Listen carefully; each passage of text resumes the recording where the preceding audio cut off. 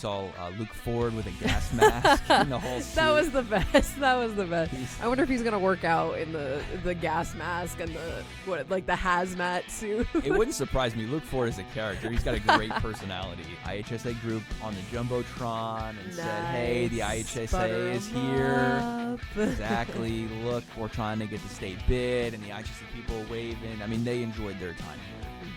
Welcome to the WCIA 3-in-1 podcast. Bret Beherns and Marlee Wierda here on June 12th. We're taping Friday early afternoon, and there's been some stuff happening this week with the IHSA returning to play. That was announced last Friday, and we talked about that last Friday.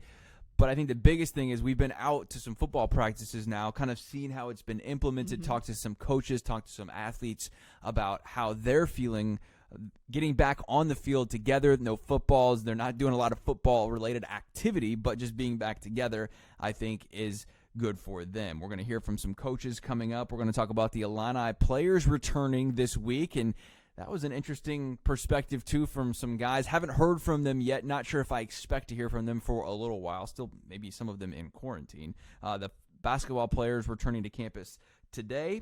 And the high school state hoops bid is due on Monday. And so we're going to find out Monday whether the state tournament for boys is staying in Peoria or coming back to Champaign. It was in Champaign for 77 years. Then in 1996, went to Peoria. It's been there ever since. Now it has an opportunity to come back to Champaign. Some national news nuggets in there as well. But Marlee, we're halfway into June now. How you doing? It's nice to see some sunshine, I guess. Yeah, I feel like I'm getting a little tanner. The sun is out. Things are good. But, yeah, it's good to have sports kind of making their way back. It's a slow climb, but I'm excited just to see it happen. And, just being out this week to the high schools, you could tell the kids and the coaches were excited. So it's what we need right now. It's been a slow burn back to this point, you can say, to just be able to talk about sports and the NBA making its way back. And sounds like that's going to happen here, in July into August and be in Orlando. And I guess, you talk about having that tan back. Do you ever really lose the tan in Florida? Or is it like a winter base type of thing? Since I moved here, I definitely am not as tan as I used to be. I kind of maintained more of a color in Florida, but during the winter I was kind of like, okay, this is how white my skin can get. We're gonna maybe have to go to the tanning bed or something. No, I'm just kidding. I don't want skin cancer. So well, that'll happen too. But people in Florida, the Florida native here, our resident Florida native. Yeah. I mean, do you still tan in the winter? Do you go out? What's it like in South Florida? When I go back home? December, January, yeah. Do you keep a tan all year down there? Yeah, for sure. I mean, I like to say that December, January is actually the best time for the beach because it's not humid. It's not as crowded. 5 degrees. Yeah, it's phenomenal. It's great, but the only thing you have to deal with is all the tourists that come during that time. You have all the people from Canada and wherever else that's cold, and they want to come down to Florida and have the sunshine and the beach, I guess. So got to deal with that. Parking can be tough, but other than that, it's ideal. The water's kind of warm. Makes me want to go to the beach. The water's still warm in January? Yeah. Oh, it's man. like bath water. It's the Atlantic Ocean down in South Florida is quite warm. It's very nice. Wow. All right. Well, I guess it's warm here now, so that's the positive thing. And like you said, you never know how white your skin can get until you move to Illinois or New York. Yeah. Or New York, yeah. But then that was so good for me in college because then I had a break to go home for a month. Oh, that's true. During winter break, during Christmas break, whatever it was. So I had 5 weeks at home, and I would come back in February when everyone was pale, and I was like, yes, here I am, sun-kissed. Oh, man, that's the life right there. If I would have told you 10 years ago you were going to live in New York and Illinois, you might have said hard pass. Yeah. But here you are. Here I am. I've lived in Florida all my life. It's a good change, all right. A new adventure. So, well, glad to have you. Just glad that you said, I think I'm going to sign on to be in Illinois a little bit longer. Sometimes life's a funny thing. All right, let's start with this, Marlee. The IHSA okays the return to play last Friday, or at least return to some sort of normalcy.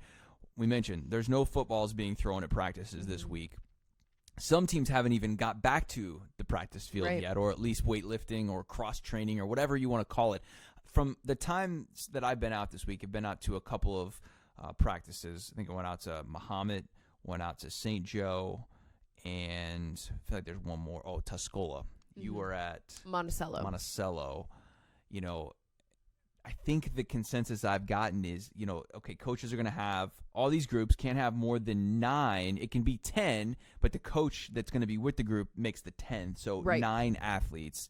And they just kind of rotate. Is that what you saw? Yeah, they do like little stations. So what I saw is kind of there was like an agility station, and there was conditioning, and they were kind of like separated in different areas of the track, and then they kind of had like a little weight room area where then those athletes would be, and then when they would rotate stations, the coach would wipe down everything. I mean, I guess that only applies if you're using like a weight room and using like, a lot of times they were doing cleans or right. You know. But I mean, it's not like there's anything to wipe down if they're like just running in the grass, but that only applied to the weight room. So, and then they just kind of rotate around. They did a little round robin and, you know, just got their workout in.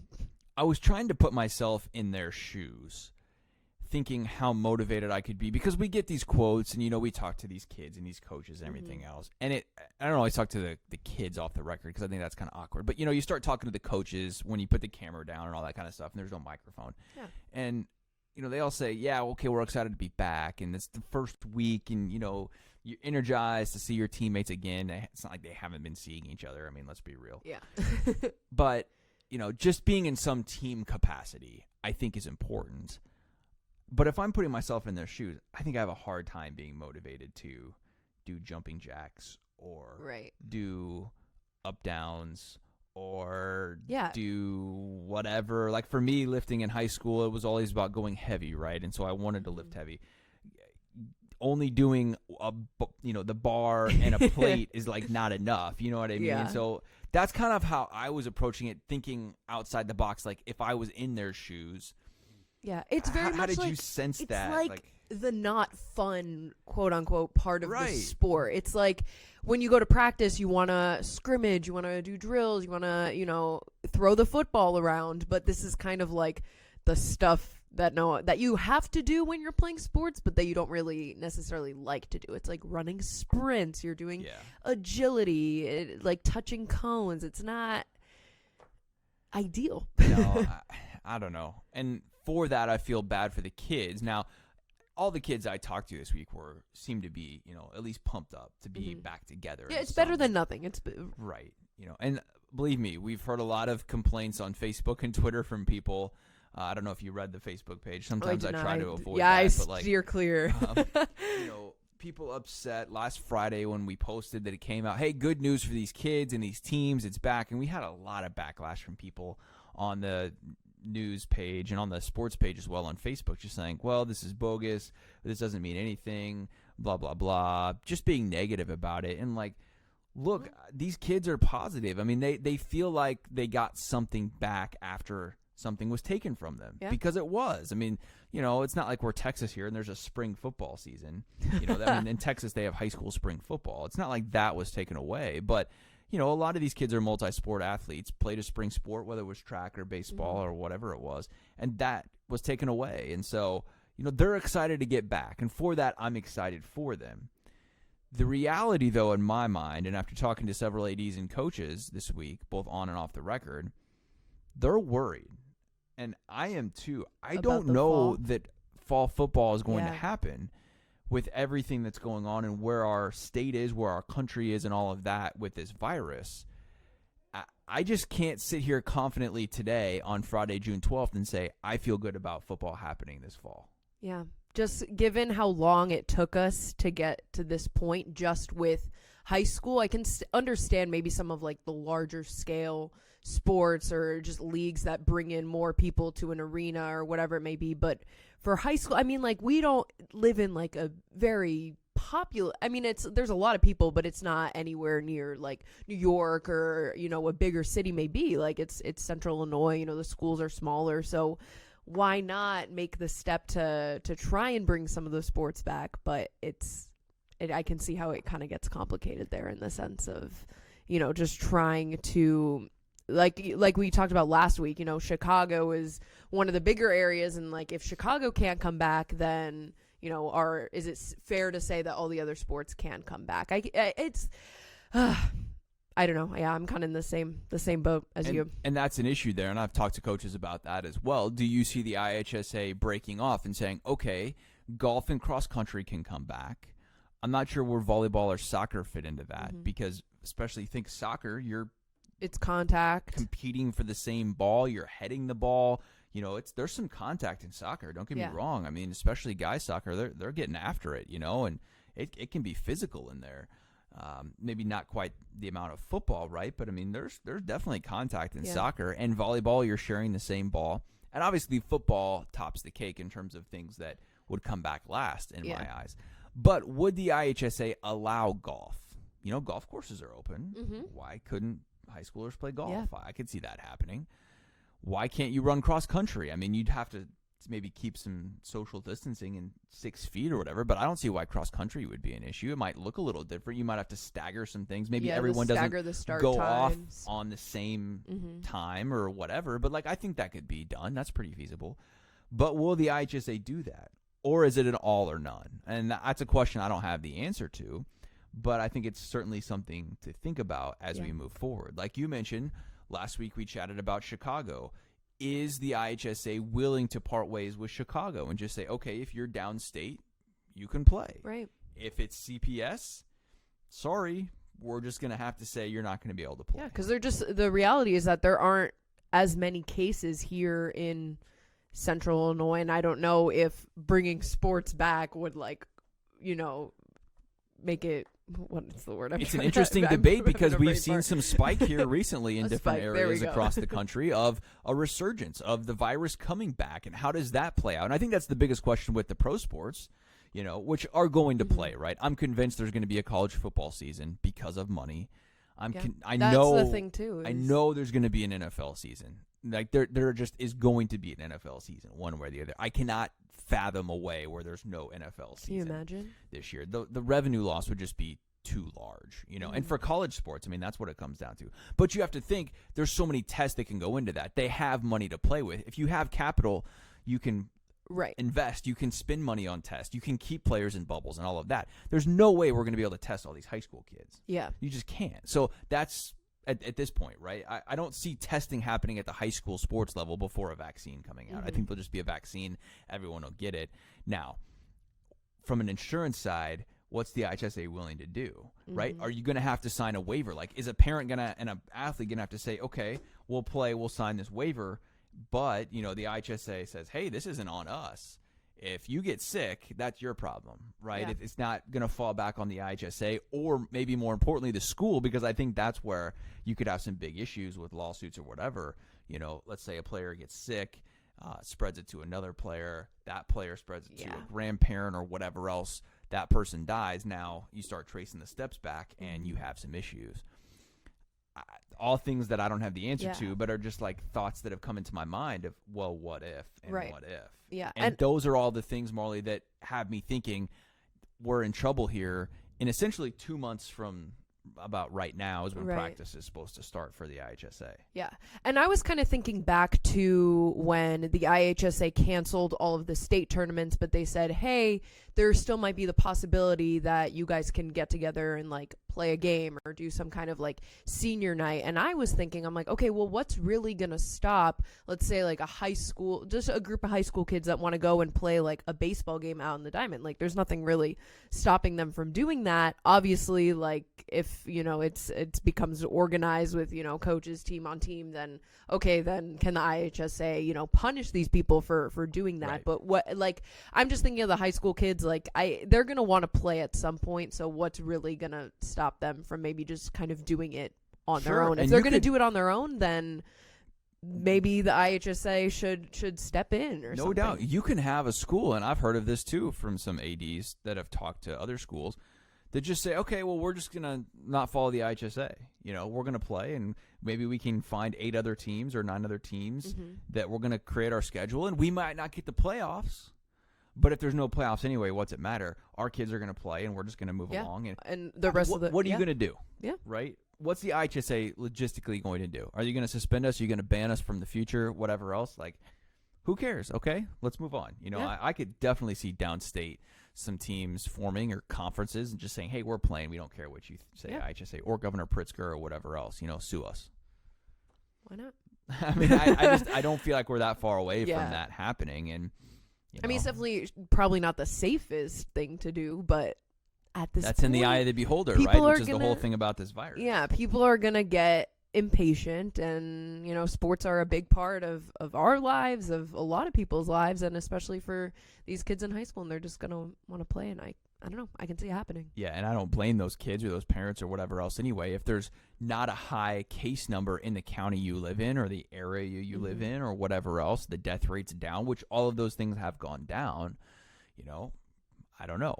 To put it in perspective, 3 months ago, Marlee, we were just finding out about this virus and the impact it could have. And, moving forward, it was March 13th, I believe it was. Yeah, like the 12th or the 13th. Well, today's June 12th. So it's been 3 months essentially since then. And you were in Indianapolis. We sit here today.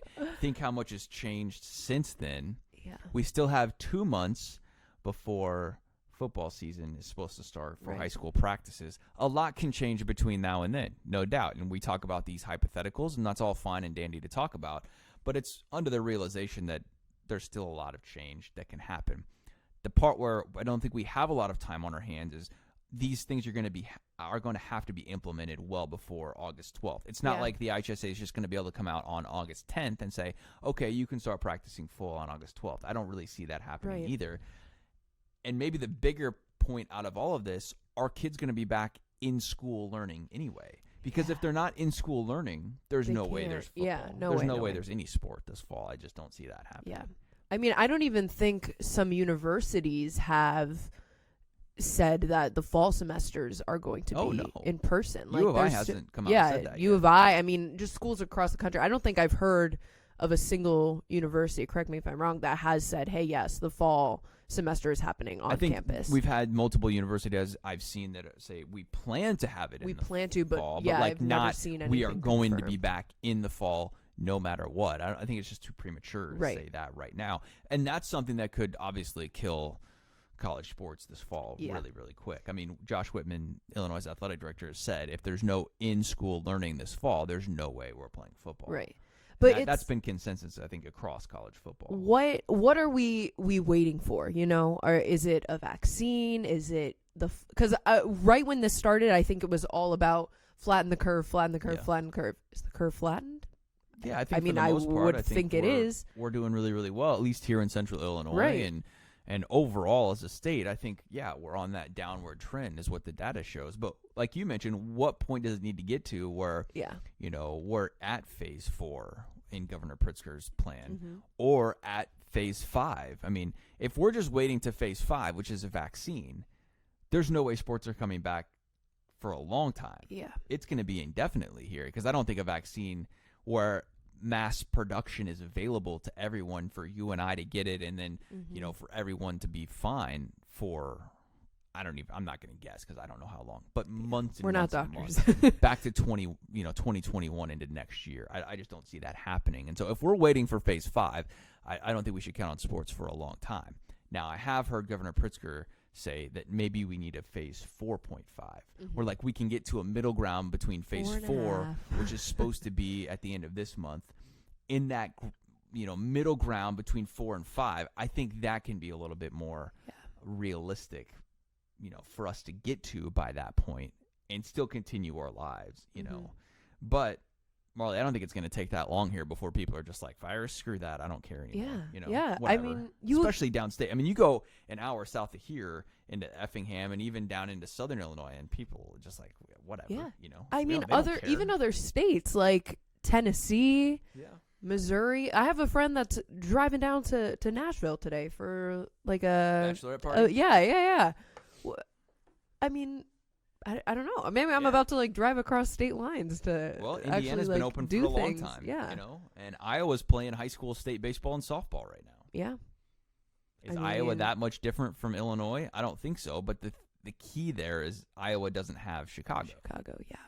And in my eyes, that's the big difference there. All right, we talked to several high school coaches here this week, and this hasn't aired yet on TV. I think it's going to air Sunday, but wanted to give you a first glimpse here of these coaches and what they think about playing football this fall? Is it realistic? We heard everything from I'm trying to stay optimistic to I'm worried. So here's this sound from several coaches around the area. I mean, we're just kind of play it by ear, but yeah, we're hoping that at some point in the near future we can get a ball out and actually do some football-related stuff. But obviously, we're going to try to follow the guidelines and do what we're supposed to do. And at this point, we're just happy to be doing anything. I'm hopeful. Yeah, hopeful. I don't really want to know what Tuscola High School or any other high school around looks like without high school sports, and football is important here, and it's important to our kids. And when I say important to our kids, I mean a large percentage of our kids play high school football, and I just don't want to find out what football's like. We've been playing it in Tuscola since 1895, so I guess this is what year 126 coming up for us. I don't want number 126 to be the first time we haven't played it in 125 years. We can control what we can control. So we're going to get in shape and we're going to prepare every step and every phase of the way that they allow us to. There's no hypothetical. The hypothetical is just, you can't worry about it. So we're preparing as if we're going to play in 11 Fridays from now, and we'll do our best to get ready. Certainly there's still a lot of question marks, but extremely positive. We're hoping for the best. This is definitely step one, and being able to get kind of back together and get out here and at least do something. And I expect us to continue to make progress moving forward. June's going to look hopefully a little bit more than this, and then come August time, hopefully we'll be back to some sort of a normalcy. I'm pretty nervous, but I've drove myself crazy with getting back into the weight room and all the what ifs and the possibilities of what it could be, and in the end you've got to rely on the leaders of the state or of the districts or whatever it is, whoever's making the decisions, and I think we can find some sort of way to get back on the field in the fall. All right, so an array of responses there from our coaches in the area. That's from, I believe, 5 high school football coaches. Just kind of, hey, we don't know, but we're trying to be positive here. I love Andy Romine's response there, the Tuscola football coach. They've been playing high school football since before 1900 in Tuscola, and he doesn't want to imagine what it would be like to not have high school football. That community is all about high school football. I mean, just some ingrained of these in there. Towns revolve around high school football, and to not have it, seems strange. The other option we've heard is moving high school football to the spring, and I think that's a last resort effort because there's going to be a lot of influx and a lot of things that would have to go off without a hitch there to make that happen. What does the next season look like then? Are we just, okay, if we play in March through May of high school football, are we going to turn around in the summer and then prepare to play in August again? Is that fair to those kids? That's a lot of contact. I don't know, a lot of questions there to think about. But and multi-sport athletes, what if you play football and you also play baseball? And I think baseball would be moved to the fall here, so we'd have baseball, so they would all get pushed essentially back. Flip it. Okay, they wouldn't have them all correct in one. No. Oh, okay. So you would take your spring sports, which you missed this year, put those in the fall, and then move ahead with the fall sports next spring. I don't know. It's something to think about, and we've heard that from the NCAA as well, that maybe that would be a possibility. Right. Not technically from the NCAA, but we've heard from other people talking about that, about the NCAA, is could you move college football to the spring? I don't know. There's a lot of questions with that, but we'll have to see. A lot of unknowns still at this point. But the NCAA did approve, or at least the Division I Council approved, a policy concerning getting back onto the field. And so under this proposed model, assuming a school's first scheduled football contest is Saturday, September 5th, which Illinois is actually the 4th, when Illinois State is scheduled to come to Memorial Stadium. But this is going to essentially back everything up so that college football can come back. So this would be from July 23rd for Illinois through August 5th. Student athletes will be can be required, or should be able to participate in 20 hours of countable athletically related activities. So essentially things that they would do normally in the summer. This is a plan from the NCAA to get college football back on time. Just like the NFL, their goal is to get things kicked off that opening weekend on Labor Day weekend. And so, this is going to be more than what they're doing now. Right now, it's at Illinois and across the country at colleges, it's much like we've seen in high school. These, at least from what we understand in the proposed model that Illinois has rolled out, have not seen any video of that. Or the Illinois athletes this week were under quarantine after coming in on Monday. And so we saw Luke Ford with a gas mask and the whole suit. That was the best. I wonder if he's gonna work out in the gas mask and the hazmat suit. It wouldn't surprise me. Luke Ford is a character. He's got a great personality, and it did not shock me at all that he shows up in a gas mask and a full suit. But right now they're just gonna have to do some basic stuff, just like the high schoolers are doing. And they're getting tested regularly. They went into quarantine this week, so they're expected to get started with those workouts next week for football. The Illinois basketball players rolled into town on Friday today, so they'll start that process. It's a slow process to get back to where Illinois wants to be this summer, and they're staggering all of these teams coming back as well. But if this vote is approved, it's supposed to be on Wednesday from the NCAA. This was just the Division I Council, but if this is approved, then the athletes at Illinois could go up to 8 hours per week for weight training and conditioning, 6 hours per week for walkthroughs, which may include the use of a football, and up to 6 hours per week for meetings, film review, team meetings, position meetings, one-on-one meetings, all that kind of stuff. They're not doing any of that right now. They're essentially just working out primarily outside, and that's it. Mm-hmm. So this is a big step forward if this is passed on Wednesday, which I assume it would be. Yeah. I mean, my question with this is, okay, yes, football is one of the biggest drivers of revenue in the fall sports season, but are they going to be neglecting all the other fall sports? I mean, I don't know how I would feel as a volleyball player if I didn't get to come back and then football starts on time. You know what, Marlee? They don't care. Football's the moneymaker. I mean, that's what I'm saying. But you got a valid point. Yeah, I don't know. I was talking to Chris Thomas this week, head volleyball coach at Illinois, and he said, we're just hoping for a season at this point, even if it has to be the minimum of 19 games. So if football comes back on time, maybe these other fall sports will come back, but it'll be a shortened season. Yeah, and I could see volleyball and these other sports, even football in a sense, adjusting their schedules. So the Illinois volleyball schedule, I'm sure, has been set for a while now. Maybe some last-minute finalizations. Yeah, those are almost set. I mean, they have contracts and all that kind of stuff. Maybe not quite as far out as football, which has its schedule set through. I think I was looking at it the other day through 2026 or something like that. So most of the sports are not out that far, but I could see a sport like volleyball doing all bus trips minus conference games. So they'll play Illinois State, they'll play Northern Illinois, they'll play Southern Illinois, they'll play Butler, they'll play all these regional Marquette, which they play a lot of those teams anyway. But maybe they're not going to fly to California or Texas or wherever they would fly to, for a preseason pre-conference tournament. Yeah. I could see that happening for two reasons. Number one, obviously the health. You keep your team on a bus, you keep them together, you can isolate them easier than getting on a plane. But also, maybe more importantly for Josh Whitman, is financially. Yeah. Volleyball is not making a ton of money for Illinois anyway. If it is breaking even, he's going to call that a success. Yeah.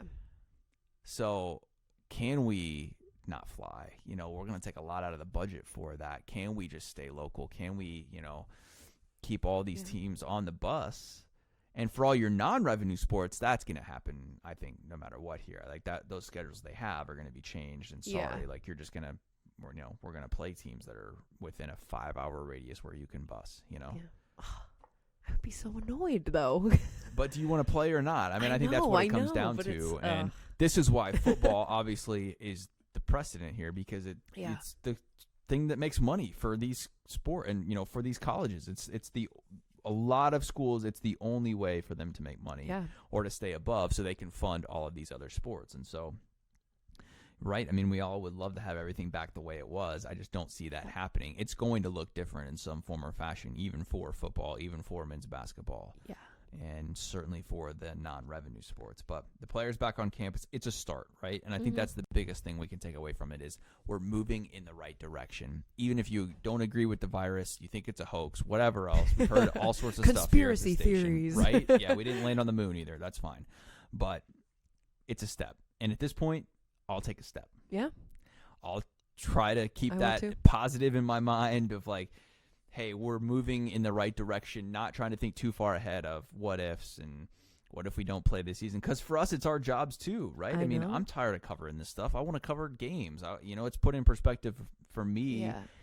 And not that it's been hard the last 3 months, but it's just like not as much fun, right? I mean, you It's want to like- be out in the communities. You want to be covering things that agree. matter to people. Big games, big moments, state. Even though we hate state track because it's hot and whatever else, and we're not huge track fans, it's like it's stuff. It's meaningful points of people's lives that they're not going to get back. And like I hurt for that a little bit that we weren't able to provide that for our audience and for our viewers. Yeah. And just selfishly too, it's just kind of like getting mundane, you know? Yeah. It's like every day is the same. All right, we got this Zoom interview, we got this. Like we need Right? we need some excitement in our lives, Brett. Like some deadline pressure, right? We're I sick like that. We know, love I deadline know. pressure. We don't have that. It's The like rush. You don't get those juices flowing. You don't get that little adrenaline shot. The Chipotle on the company, on the road or whatever. Some nice meals, traveling, doing all that kind of stuff. I was at Paxton last week picking up something for a project we're working on our house, and I realized I hadn't been out of Champaign no County way. in I don't even know how long. Right. Because you're just not traveling. So like it hit me for the first time that I was leaving Champaign County. I was in the car for more than 15 minutes on the way How into long work. did that drive feel? I mean, we're usually used to driving like 5 hours to wherever, Wisconsin, and then back the same day in the middle of the night. And the other day I'm going to Monticello, and I'm like, 30 minutes away? Exactly. How far? I don't know. It was a strange feeling. And then, going to Tuscola early Wednesday morning. And so I got home on Tuesday night, and then you get up early and you head down to a thing. It's like just normal what we do all the time, but we haven't done it in a long time. And so for me, getting up early and a quick turn after working the setting 10 up is that like, early wait, what? alarm. Like, this is strange. I was kind of excited though. It's like, let's go talk to somebody. Let's have some interaction with somebody. Like our first in-person human interaction in an interview besides like on FaceTime. Exactly. It was nice to like see it, like no buffering, no connection issues. Right. I was like, wow, this good sound, good video, Yeah. all that. Get your own B-roll, not have to ask people for video. Hey, can you send me some clips of you working out and it's the wrong way or what? It's just like, oh man. Alas, we continue. All right, big news on Monday for high school basketball fans, and the IHSA is going to decide. The board of directors will vote whether to keep the state tournament for boys in Peoria or bring it back to Champaign. And for 77 years, it was in Champaign. That's all anyone ever knew. Marlee, they used to pack Assembly Hall, what's called before State Farm Center. There used to be 10, 12, 15,000 people in there to watch the state basketball tournament. It went to Peoria. It had that for a little while, and then it just felt like it lost its luster. Now you go to state games, and there's, a couple thousand, 4,000 people there maybe for a state championship game. Just doesn't have quite the same feel. Yeah. And so the IHSA is opening up its bid process for 3 years, and I feel pretty good about it coming to Champaign. You do? Yeah, I think if I had to put a number on it right now, I would say maybe as high as 7 or 8 out of 10 that it's going to 70-80%. It's going to be in Champaign. This bid is going to happen, and I'm excited about that. I think a fresh change for the state basketball tournament would be good. I think the players, from a high school standpoint, would look forward to coming to State Farm Center For sure. more than the Peoria Civic Center and Carver Arena, and it's nothing against that building or that place. But when you walk into State Farm Center, it is a completely different feel than walking into Carver Arena. Yeah. I mean, I have never been to the Peoria venue, but I know from state wrestling that's at the State Farm Center it's an incredible atmosphere for state wrestling. Yeah. So, I mean, the only thing I really see with this is maybe them keeping it in Peoria to like distribute the wealth, I guess. Like Champaign gets a lot. They get football, they get wrestling. Sure. But what does Peoria get? Maybe can they keep their basketball? I don't know. And Peoria is bidding for the girls tournament as well. And so the girls bid will also be decided between Peoria and Normal. It's been at Redbird Arena for several years. Yeah, but that's also so- a great atmosphere Yeah, I there. like Redbird for the girls tournament as well. And state volleyball is also at Redbird Arena in Normal. And so we're going to learn a lot on Monday. look, the Visit Champaign County group has been working on this for a long time. They tried to bid it out back in 2015, I believe it was. Yeah. And State Farm Center was still under renovations then. They were selling the IHSA on a vision, and the IHSA said, you know what, we're going to keep it in Peoria at this point. I heard from multiple people that would be in the know, the IHSA was really impressed. I mean, they rolled out the red carpet. There was one Illinois basketball game that they put the IHSA group on the Jumbotron and said, hey, the IHSA is here. Exactly. Look, we're trying to get the state bid, and the IHSA people waving. I mean, they enjoyed their time here. Mm-hmm. We'll see if it pays off. I know that the Visit Champaign County group has done its homework on this, that they've put in the time, they've put in the work to try and get it back to Champaign. And part of the reason it left Champaign is because the hotels here were gouging people. We're saying 3-night minimums, putting the prices at multiple hundreds of dollars back in the early 90s, multiple hundreds of dollars for a hotel room for one night, and then requiring a 3-night minimum. That was what really drove it out of Champaign. Yeah. It's been 20 plus years since then. I think people are welcoming to bring it back to Champaign, and I think it does. So hopefully it will. Yeah. And that'd be good for us. We'll see. It'd be great for us. You don't have to drive just to Peoria. down the street. Right? Oh my gosh. Just like Illinois games. I would certainly welcome that. So we'll see. That'll be Monday. We'll have an update on that next week, and certainly on the news on Monday. All right, Marlee, I was really impressed by the NFL, at least on the outside, coming out and saying the things that they have about racism the last couple of weeks. I feel like as a whole, we're moving forward in our country, just in a sense of things that should have been done decades ago, but are moving forward now. Whether that's NASCAR saying no more Confederate flags at its events or even its properties for tailgating, all that kind of stuff. You're not going to be allowed to raise a Confederate flag there. The NFL coming out, and Roger Goodell just saying we messed up with Colin Kaepernick. I thought that was a big step forward, and him releasing the video and saying we should have handled this differently. Things that we haven't heard from people in power and position with platforms to make changes in a long, long time. And so for me, are we there yet? Absolutely not. But I feel like we're moving forward in a positive direction to see some real change. And even with the NCAA and the coaches, I've seen multiple coaches on Twitter saying, I think Election Day needs to be a day off, or to encourage people to go vote, to encourage people to, get registered and be informed and all of those kind of things.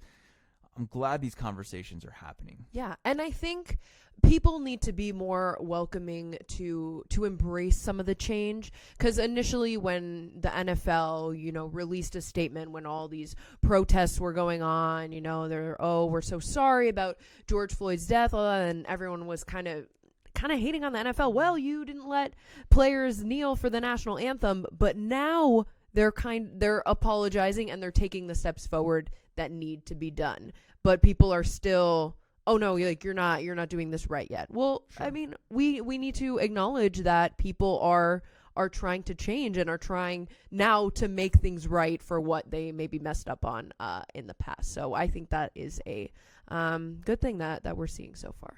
And it's about action, right? The first step is communication. The first step is releasing statements and being open and having conversations, and then comes action. And so that's what really sticks out to me the most. And for Roger Goodell to come out and put a video out saying he messed up and admitting that was action in my eyes. I mean, that's a big step. Sure, it's communication. Sure, it's a start. Sure, it should have been done back in 2016 when Kaepernick, was kneeling and trying to send a message and all of this. But that's a long time ago at this point now. So let's move forward. Look, in my eyes, players are going to kneel this fall. I mean, it's going to happen. That's not if. I mean, it's when. So, how is the NFL going to respond to that? And how are the owners going to respond to that? Because Roger Goodell doesn't work for the NFL as much as he works for the owners. Yeah. That's who employs him. And so what kind of heat does he take from that? Because this was mainly stemmed from the owners. Yeah. The owners were not happy that the players were kneeling, and Kaepernick was taking a stance, and all of that. And so I don't know. There's going to be some big time change. We've already seen some of that, and I'm happy for that progress. I just hope that people continue to keep an open mind, like you say. That change is difficult sometimes. Yeah. But usually it's But it needs to happen, and I'm just thinking now, okay, moving forward into this NFL season, or just, sports this sports season if it happens. Let's hope. Just if players are kneeling, it's gonna start to weed out some of the people in a way, like the people that disapprove of it. Sure. Given that there have been so many movements and so many people speaking out on this issue about racism and just social injustice, the people that are now disapproving of this still, it's kind of like, okay, maybe you have a lesson to learn. I mean, think about Drew Brees here, and he's issued, 3 apologies after his comments about standing up and being respectful of flag and all of that, and people have opened his eyes to that, and that's progress in my eyes. That's understanding the broader picture, and, everything that's happened has kind of put that in perspective. So we'll see, and that's going to translate down, I think, again, into college, certainly into high school, whatever else that may be, because it all starts at the top, right? I mean, started at the top with Rudy Gobert and the NBA on March 11th, I think it was, testing positive, and all of that just trickled down really, really quickly. It's going to be the same with this. You're going to have a trickle-down effect, and if there's change and real change and conversation and action that comes out of it, then that can be a real positive for our world. So, all right, it's been fun. We're already 39 minutes in. Oh, nice. Usually flies by. Yeah, it really does. And more than that with our audio in there. So it's been fun. We'll do it again next week. For Marlee Wierda, I'm Bret Beherns. This has been the WCIA 3-in-1 podcast.